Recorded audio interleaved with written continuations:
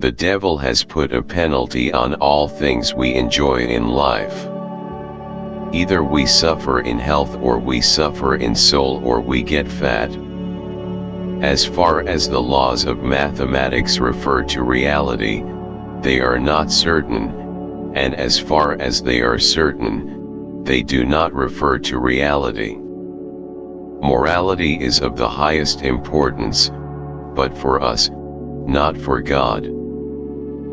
I cannot imagine a God who rewards and punishes the objects of his creation and is but a reflection of human frailty.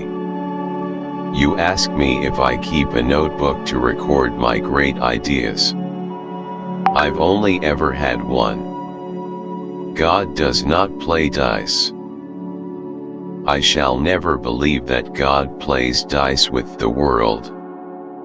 The road to perdition has ever been accompanied by lip service to an ideal.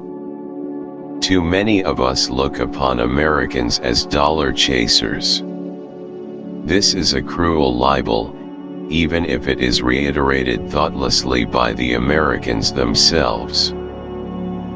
I used to go away for weeks in a state of confusion. Isn't it strange that I, who have written only unpopular books, should be such a popular fellow? All these primary impulses, not easily described in words, are the springs of man's actions.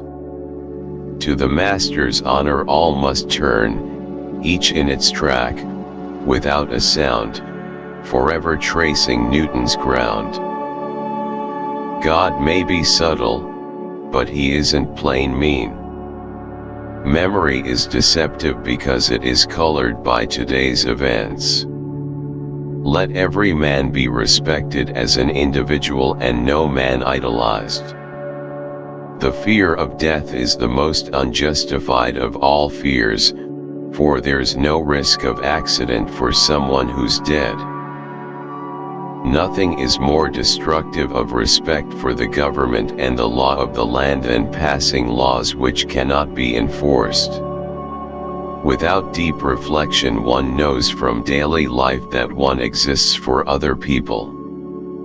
The attempt to combine wisdom and power has only rarely been successful, and then only for a short while.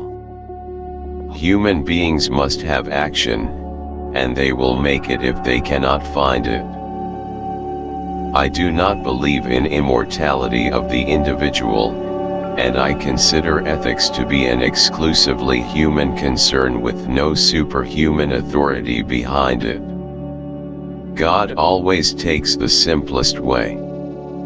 If I were not a physicist, I would probably be a musician. I often think in music. I live my daydreams in music. I see my life in terms of music.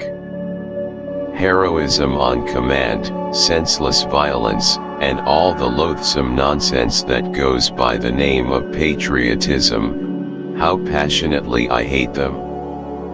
The release of atomic energy has not created a new problem. It has merely made more urgent the necessity of solving an existing one. Force always attracts men of low morality. The faster you go, the shorter you are. Sometimes one pays most for the things one gets for nothing. Most of the fundamental ideas of science are essentially simple, and may, as a rule, be expressed in a language comprehensible to everyone. I have just got a new theory of eternity. There comes a time when the mind takes a higher plane of knowledge but can never prove how it got there. The grand aim of all science is to cover the greatest number of empirical facts by logical deduction from the smallest number of hypotheses or axioms. I am enough of an artist to draw freely upon my imagination. I do not believe that civilization will be wiped out in a war fought with the atomic bomb. Perhaps 2/3 of the people of the earth will be killed. One strength of the communist system of the East is that it has some of the character of a religion and inspires the emotions of a religion. One may say the eternal mystery of the world is its comprehensibility. It stands to the everlasting credit of science that by acting on the human mind it has overcome man's insecurity before himself and before nature. It was the experience of mystery, even if mixed with fear, that engendered religion. There could be no fairer destiny for any physical theory than that it should point the way to a more comprehensive theory in which it lives on as a limiting case.